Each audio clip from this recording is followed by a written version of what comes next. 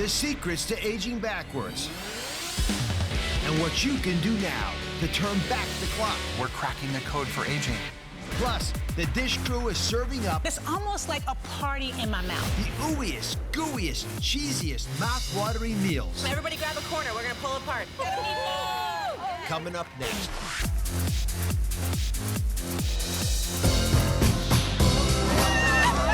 Are you ready for season 11?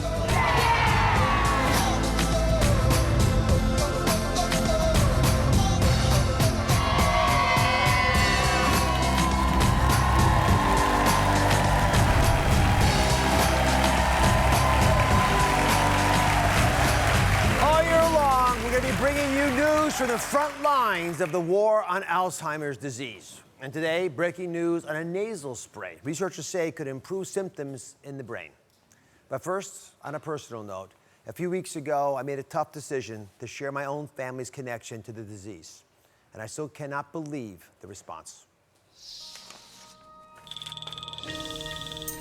In my family, we have 3 generations of females that have passed away with full-blown Alzheimer's disease. My mother had Alzheimer's, and it was so slow coming on that we didn't realize it for quite some time. I sometimes will meet people that I have been told I've met many times before. I cannot remember their name or where I met them before. I forget passwords, family phone numbers, and ingredients in a recipe. I'd love to know what I could do to maybe lessen the risk. I believe that there is hope for people who think they might be getting Alzheimer's.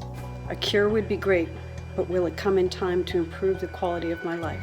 In our family, and I'm sure many families like us, we're pretty desperate. Well, thank you everyone for sharing your Alzheimer's stories. There's a new treatment that's got Alzheimer's and all the folks worried about it buzzing. Can a nasal spray actually protect your brain from Alzheimer's? Joining us now is brain health researcher Max Lugavere and director of the Alzheimer's Prevention Clinic at Weill Cornell Medical Center, Dr. Richard Isaacson. Tell us more about this new nasal spray and what it could mean, what the research is showing.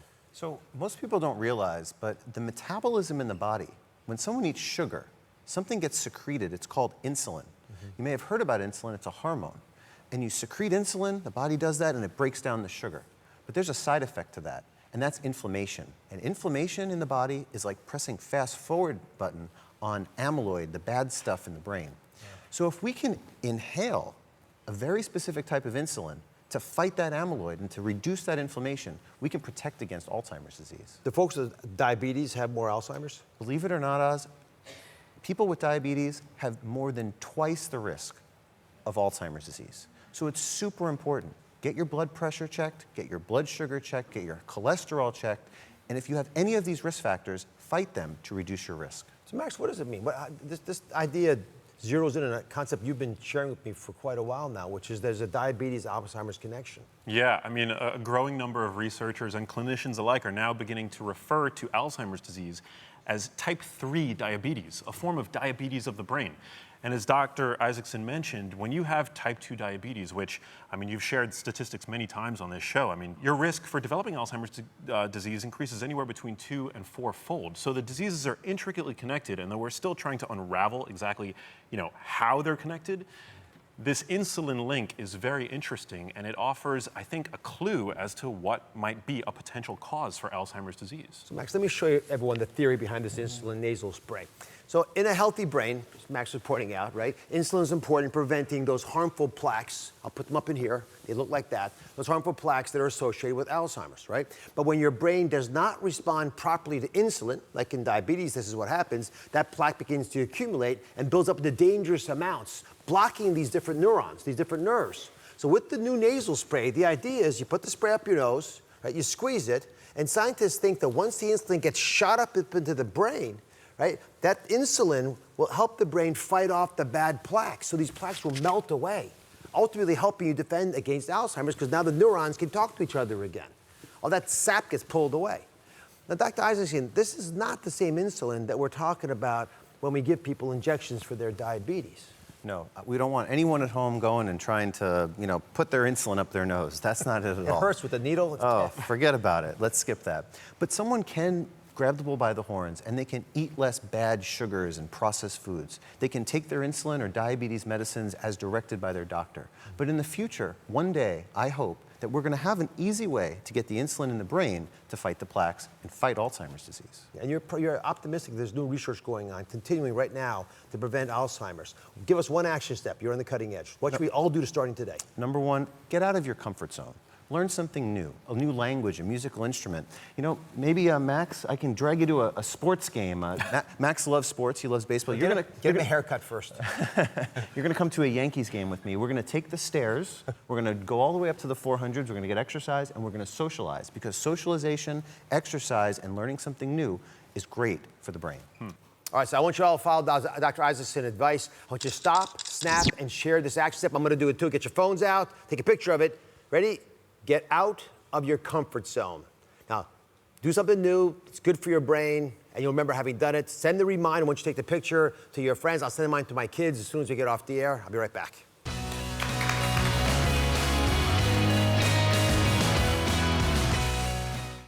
A betrayed wife She was controlling. secretly records her husband. When did you first discover that she had a listening device like this? She took my husband away. I felt it inside of my jacket. Then kills his girlfriend She described in great detail what she was going to do.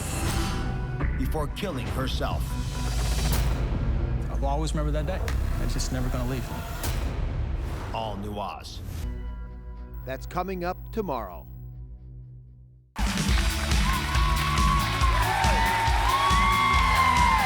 Poor sleep and anxiety, sadly, have become hallmarks of everyday life. But are they also early indicators of Alzheimer's disease? Well, we're about to find out. I asked Dr. Ayesha Sharzai, author of The Alzheimer's Solution and co-director at Loma Linda University Health. One of the blue zones, by the way, where people live the longest, is here to help us figure this out. First of all, sleep and Alzheimer's. Is there really a connection? There definitely is. Sleep is such an important state and a stage of our day. I think it's the most important time of the day. This is the time when the brain actually restores itself. And there's a lot of research that shows that when people don't go into the deep stages of sleep, they increase their risk for Alzheimer's disease. And the bad protein, amyloid beta protein, actually rises up when we don't get a good night's sleep. Even one night of bad sleep raises the level of amyloid. And unfortunately, you can't really make up for it during the weekend. How many of you have had a bad night of sleep in the last week? Yeah, I thought so. We've all had that. Okay, come on over here. Let's talk about what's really going on inside your brain. It's not all bad news, but while you're sleeping, your brain is supposed to be doing some important things. So think of your brain as a giant building, right? That giant office building at night has a cleaning crew that comes through there, and they're picking up all the trash and doing all kinds of other things, right? But what's most important is they take all of your short-term memory, things that happen today, and they store it as long-term memory. So what happens today gets filed away appropriately. It's like, for example, when Becky, right, said that thing at work, you know how that always happens, right? It gets filed away, you never forget it, right? Because you're never gonna wanna forget what Becky said so you can get her back. Anyway, the janitors are actually cleaning the toxins out of your brain every night. And while you get proper sleep, which was important, when you wake up, you were gonna feel refreshed because all the trash has been dumped, carted away with the trucks, right? And you can go at full capacity again because you're all cleaned up. But when you don't get the right sleep, or at least enough of the right sleep, those janitors, they're actually called microglia, they go wild. They're banging their heads into the walls. They're making a ruckus there. They don't know what their job is. They start to behave very destructively. This is, I think, a pretty good reflection of what happens when you haven't slept well. And again, even one night's a problem, but of course it's a much bigger problem if it happens night after night after night. Absolutely. So if not getting the right sleep is harmful for the brain, if you take a sleeping pill, for example, does it make a difference?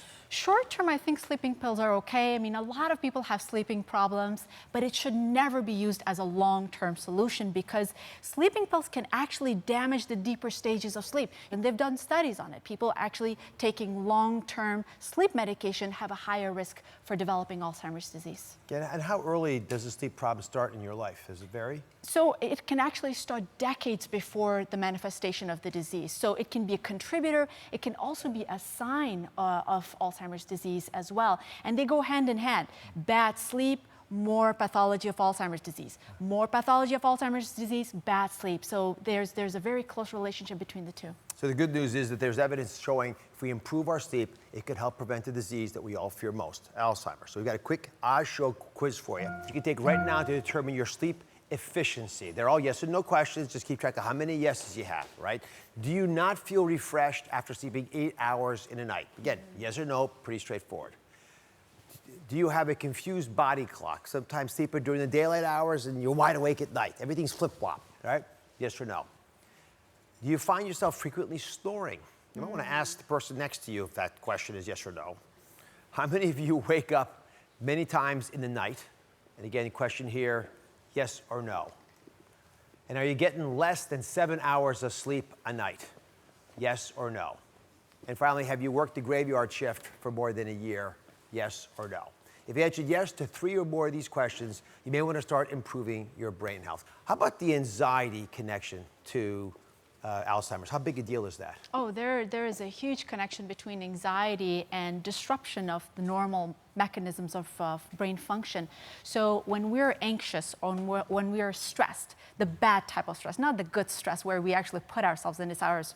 The bad stress causes disruption of parasympathetic and sympathetic nervous system and the autonomic nervous system. And so bad hormones and chemicals are created, and these chemicals actually go around and damage the connections between brain cells. So it increases memory problems, it increases chances of having bad focus, bad attention. You can't really retain information, and you're not allowed to be the best version of yourself on a regular basis. So as an expert, give us a tip before we go about how you might reduce anxiety, get the sleep you need, and maybe avoid the Alzheimer's we all fear. Gosh, I could talk to you about this for days. And as we've mentioned in our book, one of the quickest tips and one of the best things that we can all do is never ever take your worries to bed. Separate your bed from your anxieties and your daily activities. Park it outside. Either write it down on a notebook or a whiteboard or a piece of paper, leave it on the table and address it tomorrow. All right, here's something that I think I can actually use. Okay. Good evening, Dr. Oz. How can I help you? Assistant, please remind me to pick up Lisa's dry cleaning, which I never do, read scripture for next week's shows, and call the hospital for a flu shot. Yes, Dr. Oz. I'll remind you tomorrow. Have a good night. Perfect. My mind is clean. I Yes. can restlessly go down there. Dr. Shazad, I thank you as always. Of Wonderful course. advice. Dr. My Shazad, her pleasure. husband wanted you to check out their new song on healthymindsinitiative.org. It's about Alzheimer's. You'll Yes. enjoy. As we go to break, a clever new way comics are improving their lives, rather the lives of Alzheimer's patients. Take a look. Following her mother's Alzheimer's diagnosis, Danny Klein-Motorset hired a comedian to interact with her, and the positive impact was undeniable. So Danny founded Laughter on Call, and she and a team of comedians are bringing the experience to seniors across the country. This really works, and it's super powerful. The connection is so rewarding and beautiful to witness. Here's 5 ways you can show up for someone with Alzheimer's in your life. Breathe, be honest, be present. Say yes to wherever their mind goes. And don't be afraid to be silly. Coming up, the new rules to reverse your aging from the outside in. Simple things you can do right now to turn back the clock.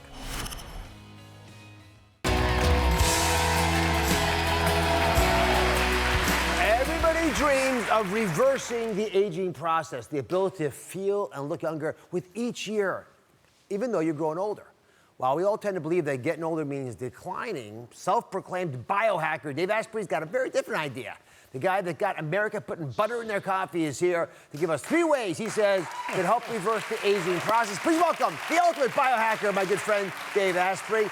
You're very proud that you're a guinea pig. You try everything. If I had ever heard of anything, I'd call you and say, have you tried it yet? Have you ever regretted, because the science changed, you're in the middle of it, you wish you hadn't started?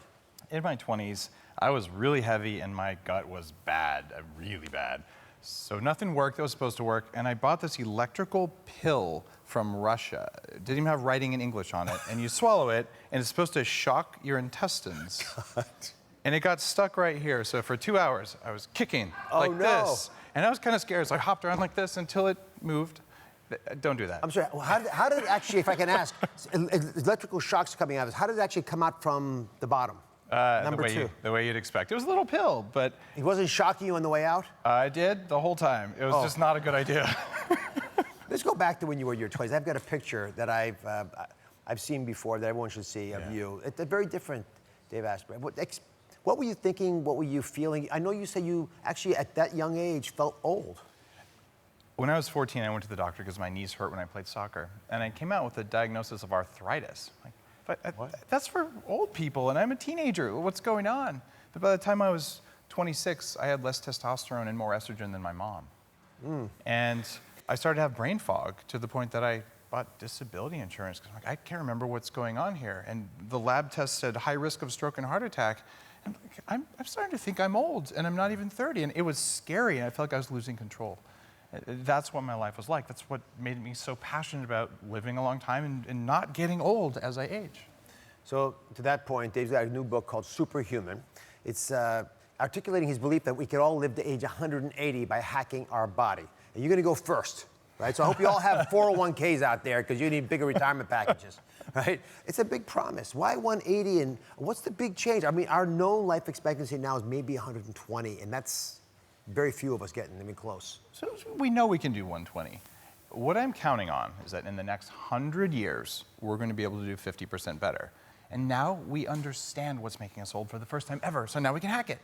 Betting on the future. All right, Dave believes that the mitochondria in our DNA is one of the pillars of aging that we can control. Remember, the DNA is critical, but the mitochondria is the energy packets. Come on back here. So here's a way of thinking about it. Let's go inside your body. Let's go inside your cells, right? And Dave says, imagine your body, your cells, as a house, right? And the mitochondrial DNA is the wiring, right? It's the lighting up there, right? They start to blink on. The air conditioning, thank goodness you got some dehumidifiers. You ever got a fire going, right? Gas controlled, but electrically powered, right? Once the mitochondrial DNA is damaged, this beautiful house changes. All of a sudden, it's still standing, but who wants to live in a house with everything busted, right? The microwave blew out, the screens don't work, the air conditioner is busted, the bulbs have blown out. Nothing's the way you want it. This is the houses that many of us live in. It's still there. From the outside, it looks okay, but on the inside, it's not right. And Dave says damaged mitochondrial DNA can lead to every one of the 4 big killers that we all fear the most: diabetes and Alzheimer's, which I've been talking about a lot this season. Even cancer and heart disease and diabetes obviously travel together. So Dave says adding energy fat is the first trick to reversing aging. Now, this concept of energy fat is intriguing to me because most of us grew up thinking fat wasn't so good. We started to challenge that. But the idea that fat could actually be your main energy, not carbohydrates, is shocking to a lot. It's really shocking because we've all heard fat makes us fat. There is a kind of fat that doesn't get stored in the body. Instead, it gets burned directly as energy. All right, so he's going to show us his new take on the famous bulletproof coffee using energy fat. So first off, please remind everybody what bulletproof coffee is. And this is the main reason America got to fall in love with you, because you introduced a concept that people played with, dabbled with. Coffee is something that's good for you, but you actually hacked it with the butter. And actually, you explain it. Sure. It turns out when you put milk in coffee, milk disables the plant compounds in coffee that are good for you. So instead, just put the same fat that's in the milk, grass-fed butter, and it tastes amazing, and you add C8 MCT oil. This is the extra fat you're adding now to sort of turbocharge it. This is the energy fat. You put it in there, it tastes just like coffee, like a latte, but something happens. And I've lost 100 pounds, I've changed my brain, I'm young again, even though I'm in my mid-40s. Yeah. 100 pounds. Yeah. Oh. Yeah, and one way that I think, and again, this is a key point, if you want to hack these things, experiment. You didn't just do everything. You did them one by one. You were very methodical about it. Yeah. But I think trying bulletproof coffee, again, which you've talked about on the show here, butter with coffee, is a wise hack. I do think the caffeine lasts a little longer. It does. So you get a little more boost. You don't have to take quite as much caffeine into your body. And I had not thought of adding these kinds of fats. C8 is the C stands for carbon, so it's a very specific one of those. It'll theoretically bump up your ketones, right? So if you're trying to stay ketotic, it might help you there. In fact, 4 times more than coconut oil. So this is, in university studies, the one that's shown to raise ketones the most. All right, so I'll toast to you on that. If you're on one of these ketone diets, give it a shot, Dave Asprey. Coming up, 2 more of Dave's tricks he says can help reverse the aging process. Plus, we're going inside, listen carefully, Dave Asprey's poop, where no man should want to go. But we're going there. Stay with us.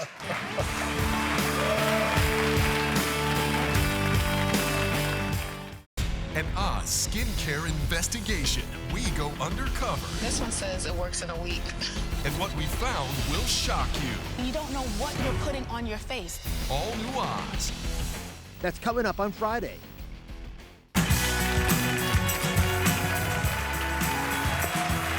We are back back with a guy who plans to live until he's 180. Dave Asprey, who says getting older no longer means your body has to decline. And his next trick to reverse aging deals with keeping your brain young, which we all want. It's the number one thing people complain about. And you argue it's about prebiotics, not probiotics, prebiotics. Why?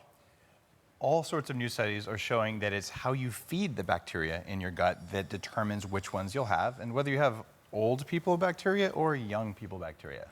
And we outsource digestion to our bacteria. So Dave says the gut-brain-body connection is undeniable, and we are years away from knowing all the subtleties, but as a glimpse into the future, he turned his own poop into a science experiment. So come on down. We'll be passing samples out later to the audience. Let's look at what was found in Dave's poop. Now, good score means there's more richness, right? Which in turn can provide more resilience to your microbiome ecosystem. And again, you outsource digestion. So if the bacteria aren't right, you got a problem. Okay, before going on prebiotics, your microbiome richness score in your poop was a 61. After taking prebiotics for a few months, Dave's active microbial richness was 158. Don't applaud, because you don't know what that means yet. I don't either. How big a deal was that? And what does it mean in terms of our overall ability to age, to think, and do everything in life? It's a huge deal, Dr. Oz. I am a nutritional expert, and I didn't have enough bacteria because I travel so much that I wasn't eating enough vegetables. So these prebiotics, things like asparagus, Brussels sprouts, sweet potatoes, I just couldn't get enough from restaurants. So I added these prebiotic fibers, and this is the bacteria counts, the number of species of a young person. So I went from having an old person's gut to a young person's gut in 3 months by feeding the good guys. So this is sort of, to me anyway, like having a knee replacement if your knee's busted, or hip replacement. I mean, as we get older, we're going to have things fail on us. And I think one of the things, even at a younger age, that can fail is the bacteria that are supposed to cooperate with us. So antibiotics might change this, or a bad diet for a while might change this. So if that's a pretty easy thing to hack, we ought to be doing it. Next thing Dave says can help reverse the aging process is what he likes to call metal bashing. Is this a musical term? It is indeed, not really. It turns out, if you think about it, if you have stuff that stays stuck in your body, if you're going to live to 180, like I'm planning to, that means that you're going to get an awful lot of crud built up, and one of the cruds that built up is toxic heavy metals. They're present in our environment, things like lead, mercury, nickel, and if you don't get rid of them or stop them from coming in, by the time you're old, you're going to be disabled by these things. Like what specifically would it do if you have mercury level? My mercury is really high. I got a letter from the State Department of Health. And I think I take good care of myself. I was just eating the wrong kinds of things. Yeah. So what does it do? It affects your ability to make energy in your cells themselves. It increases your risk of cancer, especially breast cancer, and it lowers cognitive function, and it increases your risk of almost every disease. It adds up quite quickly. So show us an important food group. It's fish. They can put us at risk for metal toxins. And a lot of you know about the warnings around tuna, but there's a lot of issues out here. Please explain them. So a lot of people might not know swordfish and tuna are the highest ones, but if you were to instead... And mackerel, which I happen to adore, unfortunately, is also a problem. But if you move over here, you say, oh, salmon. Salmon can be at the low to mid-range, especially if you get sockeye. And sardines, though, because think about it, they're this young baby fish. The fish over here may have spent 50 years eating other fish, building up all that mercury. I don't want 50 years worth of mercury buildup in my brain. No. That's why I'm going to go for the sardines. So I become a huge sardine fan. I like anchovies. I eat all these. Salmon obviously is my main staple, but you have a little hack. Here's a little hack. Shall we squeeze these? Yes, what does lemon do? What lemon does, it provides vitamin C. And vitamin C can help you not absorb the mercury that's in the fish itself. And if you add those vegetables, those fibrous vegetables that I talked about before, any sort of fiber is going to help to bind to the mercury so that you don't get it in your body. Plus, it tastes good, so you're winning on every front. I love when these traditional ways of preparing foods turn out to have additional advantages you never knew about. It's why if you have steak, you should have tomatoes with it, because there's sort of an antidote a little bit to some of the issues. Right. This is one I hadn't thought about, but thanks for educating me. Thank you, Congratulations on all your success, Dave. Don't forget to check out Dave's fantastic new book. It's called Superhuman. And the best part is that everybody in our audience is going home with a copy of Dave's new book, Superhuman. Who wants this book? We'll be right back. Coming up on the Dish on Oz, new takes on the ooey gooey sandwiches you all love. I mean, from meatball sliders with mozzarella to the ultimate grilled cheese with a secret ingredient you'll never guess. No one's gonna be hungry today. If there's one thing that brings us all together, it's food. So we're calling everyone to the table to dish on everything, from the latest food hacks and trends to everyday recipes you can make for dinner tonight. It's simple, it's celebratory, and most of all, it's about having a great time in the kitchen. Oh. What is going wrong? I'm trying to help. Let's dish.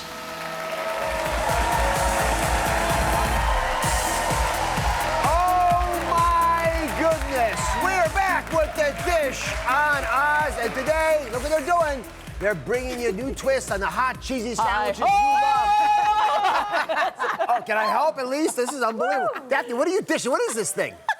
We are giving you guys the best way to take a regular grilled cheese and make it magic. Oh, this is much better. Okay, and making a pull-apart. Wait, this is the best part, you guys. We're making a pull-apart meatball oven baked slider that is going to be the talk of your next football Sunday fun day. This is ridiculous. What are we holding? It's heavy. You know what? You keep going. You know what the best way to do it? You know what you do when you have a big sub like this? What? You give it away to your friends. I'm giving this to the audience. By yourself? By myself. Wow. You guys, keep going, keep going. I'll be back to taste. Look at this. Whoa. Look at it go. Whoa. Take it away. But oh, good man. We gotta share. We gotta share that delicious looking sub. We got a little bit of the New York area finest on my hair. So, you know, I was thinking about this show. And sandwiches feel like, you know, everyone's school lunch, and we've had them a million different ways. And they can feel a little ho-hum, but then I started thinking some of my favorite memories, and food memories specifically, are about sandwiches. They're so local for me. So down at the Jersey Shore, I spent a lot of my summers as a kid. There's a restaurant down there that it has the most beautiful hoagie, and it's the simple things that make it delicious. It's like the perfect bread and the perfect amount of cheese and that little dash of vinegar and that sprinkle of oregano. And I think that's what makes sandwiches so amazing for us, is everyone's got that one that's just like, this is my all-time favorite. What, Gina, tell us, what's your favorite one? What's your favorite sandwich of all time? My favorite one would be in Atlanta, this place called Agassi. It's a burger, but it's not really a burger. Okay. And it's juicy, and it has all these flavors of lettuce and tomato, Dijon mustard, and they put on some kind of little sprinkle rub. Look at your eyes closed. You're going there. I know, I'm going there. I'm sorry. You're traveling. I'm greedy, okay. Sorry. But it's almost like a party in my mouth. Oh, yeah. Like it's just, and I want to chew it slow, like. Okay, we're gonna let you have that.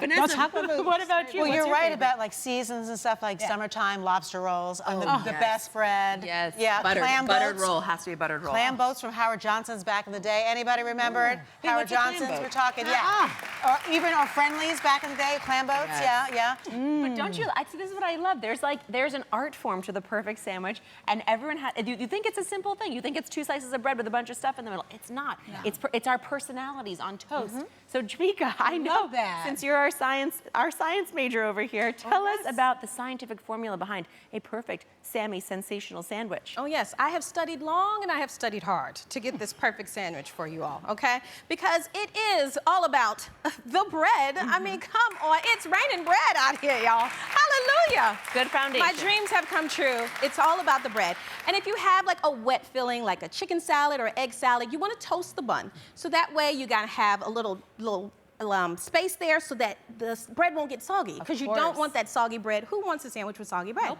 No, nobody wants that. And then, okay, so you gotta go with the fillings and the ratios, because we've all seen a sandwich that looks like this. I mean, come on. It's great to take a selfie with, but who can eat that? Nobody. So yes, you can't get your mouth around that. You can't get the flavors. We don't want that sandwich. So we bring it down just a little bit. So that's something you can wrap your hands around, really get into, so you have that balance in life, right, Doc? Yes. Come on, yes. Right. So you heard it here first from the sandwich expert. Oh, yes. Ms. Jamika. Okay, well, first up, I did promise you guys some big sliders, so let's dish those details on the perfectly proportioned a la Jamika pull-apart meatball oven-baked slider. Vanessa and Gina, you guys are gonna show us how to make these meatballs and the sauce.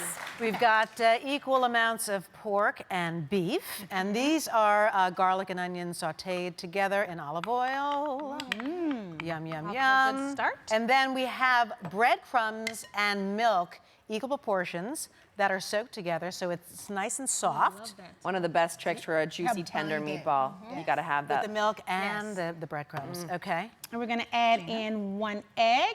There we go. And some Parmesan cheese. Yum, yum, yum. Yum. Lactic love. Lactic love. Here we go. And some parsley. Oh, yes. Give it a little color. Yes. Okay. Scoop with ice cream scooper. Scoop it, yep. But I'm gonna scoop this out with an ice cream scooper, and we're gonna just drop it right in our sauce. Lovely. So they're gonna simmer in that sauce, cook, and soak up some of that wonderful tomato flavor. You guys keep working on that. We, of course, have our beautiful, ready-to-go, fully cooked meatballs simmering in that gorgeous sauce. That looks good. Jamika has toasted bread here with mozzarella cheese layered on top.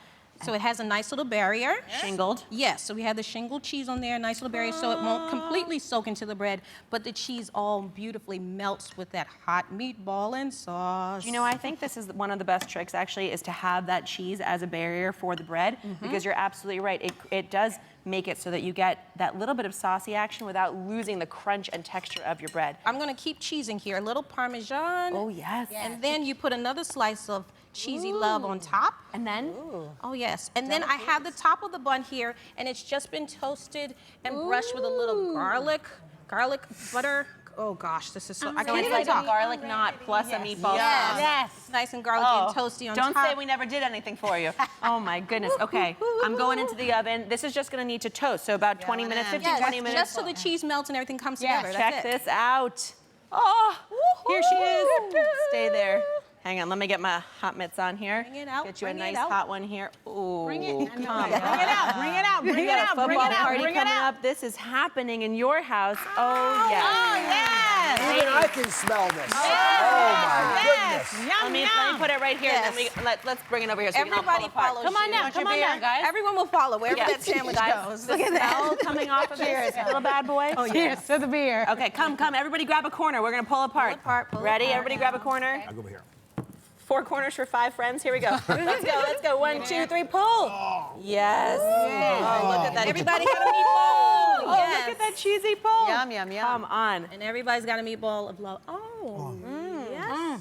Vanessa, it's just heaven. It is heaven. It is delicious. Gina's actually drooling, which I really love. Wipe your mouth, baby. Catch it right there. Catch it. In a good way. Coming up, we're making magic out of regular grilled cheese, but this is the die for. Oh, yeah. Stay with us.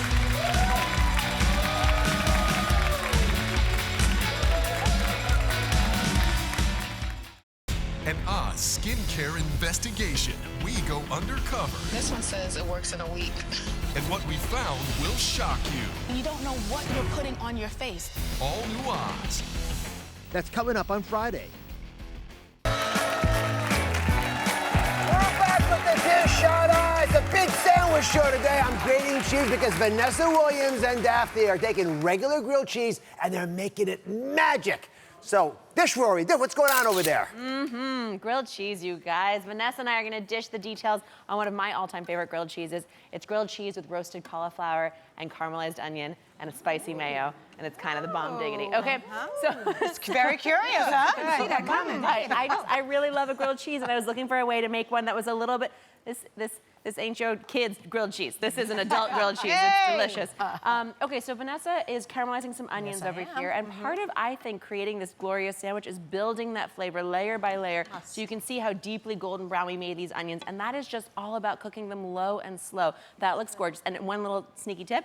Make a whole bunch of those, and you can freeze them in little ice cube trays, and then you have them and just store them in a plastic bag. Then you have them to pop into sauces, use in omelets, whatever you have there.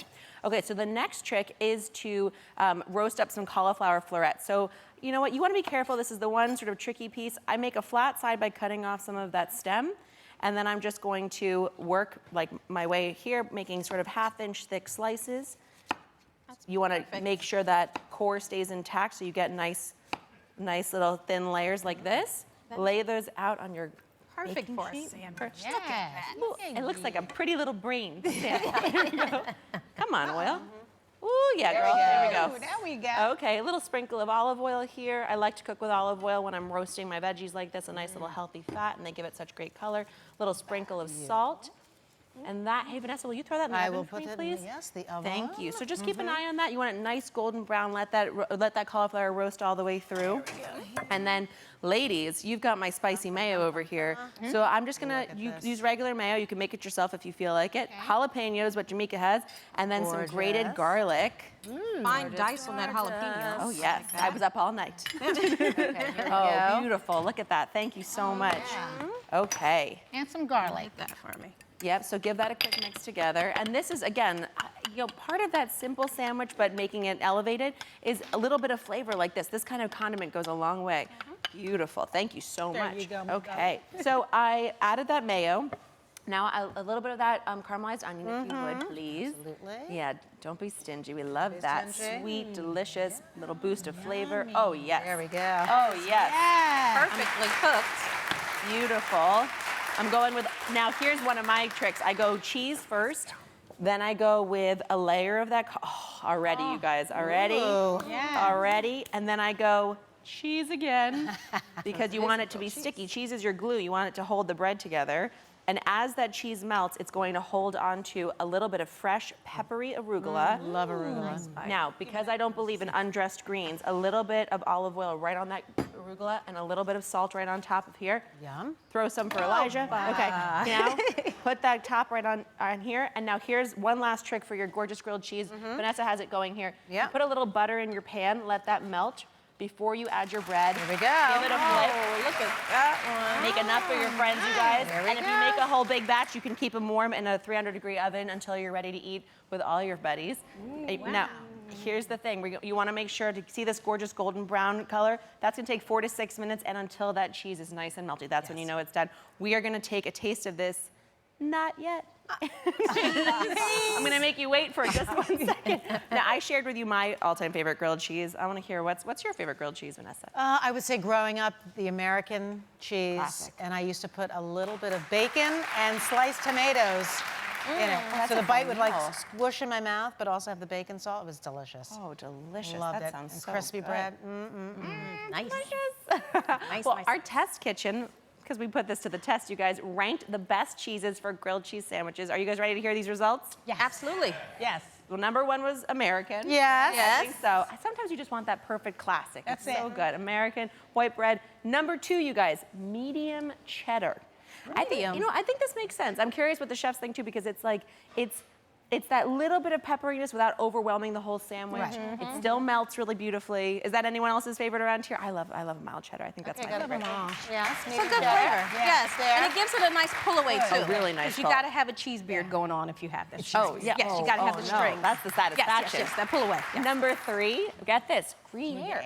Ooh, fancy. I think so. Love But that. does have that Love gorgeous that. melt. It is. It's a good And number 4, some people out there like it smoky, which means they like their Gouda. Yes. Very good. to Gouda. have Yes. Gouda. And I also, Gouda's fun. Gouda's fun to play with, like those barbecue flavors if you want to. Hey, hello. cheese. I heard Gouda, I heard cheddar, I had all the things I needed to hear. I've graded them, they're all ready to go. By the way, it does look like a brain. I'm very proud you noticed that.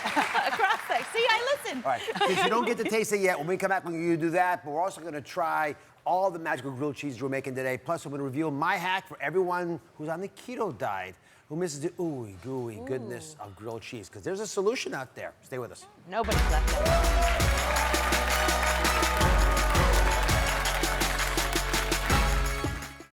A betrayed wife secretly records her husband, then kills his girlfriend She took my husband away. before killing herself. All new Oz. That's coming up tomorrow. The Dish on Oz is back with a hot and new twist on the cheesy sandwiches you love. This grilled cheese, it's magical. Isn't it? Really, really good. It does everything a grilled cheese is supposed to do. It's crunchy on the outside. I got to hand it to you. The herbs are fantastic. What about that cauliflower? How do you think about that? So I'm so proud of you. Rarely have I felt this way. You can sneak this in your daughter's lunch. Oh, there you go. And this arugula. This would be good. I'm going to try that. She does do sandwiches. Okay. She loves grilled cheese. Yeah, there you go. Now, I promise you all a hack, because you can't eat this on a keto diet. But years ago, I operated the president of Cyprus, and he invited me back to Cyprus. And they have a secret there. It looks like a kidney. Speaking of organs, it's called halloumi cheese. Here's the thing, you put this in a pan like this, and you heat it up, without losing its shape, it'll shrink a tiny bit, but it becomes like the bread of a sandwich without being a sandwich. So taste this, it's chewy, it's got all the things that bread would normally do for you. You could probably put grilled cheese in between this. Tastes like saganaki, doesn't it? It's exactly very similar. It's that kind of cheese that holds its form. Yeah, but It's chewy, it has that salty, but very salty. Low fat. I mean, we go crazy on this in our house. Halloumi. Halloumi. Yeah. Halloumi. And actually, what I love is, we tried it way back when, and I know I'd never heard of it before, and now it's all over. It's in a lot of grocery stores. You just look in the cheese section. Easy to find and I can make this, and I don't make very much besides boiling water. All right. That's a good one, Doc. I like that one. For the keto lovers out there. There we go. All right, so today is Sandwich Day here, and I have a little game, because I always bring the fun. And the game, I'm calling it today, the State of the Foodian. Like the State of the Union? Yes, come on, yes. State of the Foodian, yes. Yes, State of the Foodian. State of the Foodian, take it away. Play along with me. All right, so here's how we play the game, ladies and gent. I'm going to say the name of a region of the United States, and you have to tell me what they call the sandwich there. The name they call I sandwich, love this right? game. Yes? All right, State of the Foodian. That's why I got you. All right, New England is the first place. What do you think they call their sandwich in New England? You mean like you're talking about like a sub or a hoagie? Where's or the what? grinder? Hoagie? Yes. Hoagie? I heard it. What did you say? A grinder? It is a grinder. Yes, you got it right. You got I it would right. have cheated if I went to college in New England, so I would have gotten one right. There we go. Okay. I wonder where that name comes from, though. It's New England. It's probably 400 years old. No, we don't know. Probably so. All right, so the next one is Philadelphia. You grew up there. City of We don't get brotherly the same. love. What do We they don't- call their sandwich in Philadelphia, people? Come on, you know this. We hug each other in Philadelphia. What is it called? Hoagie.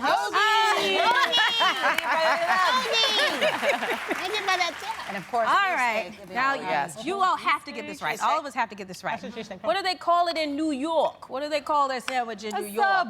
But it depends. Westchester, we call it a wedge. A wedge? Sorry, A wedge? Wedge? Sub? You go to And that's Rocky's not Deli right. and you get a not? wedge. They call it a hero.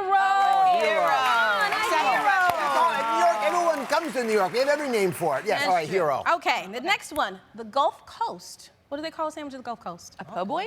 What is that? A po' boy? She's got it right. That was right? That was right. Throwing it out. Yes. Throwing it out, ladies. How you at home? I just know that a shrimp po' boy and I go way back, so I'm taking it there. She's a sandwich genius, y'all. All right, so the last one is in Boston. Wait, come on, we gotta know. Because- Anyone know it? Anyone call Anybody it out there? Bostonian? Where my nobody from Boston? You can't nothing? Nobody. All right. What are you You went talking to about, college, Jamila? Mary? I know, but we called it a grinder. I don't- Because here's the thing. It depends on which neighborhood that you're from or where you live, what you call a sandwich. Certain parts of Boston, they call it a spucky. Anybody got that? Spucky. Yes. I think you made that up. I would never make that up. Spucky. Well, shout out to my people from Boston. Back me up. If you're from that neighborhood, it's a spucky. Please send us a note if it's really called the Spucky. I think she Please. made that up. Oh, It's called gosh. Jamika. Come on, she's from the is it? South. She made that up. Spucky. All right, everyone, I hope you enjoyed the grilled cheese. Try some of these recipes. We'll see you next time. Lots of fun, guys.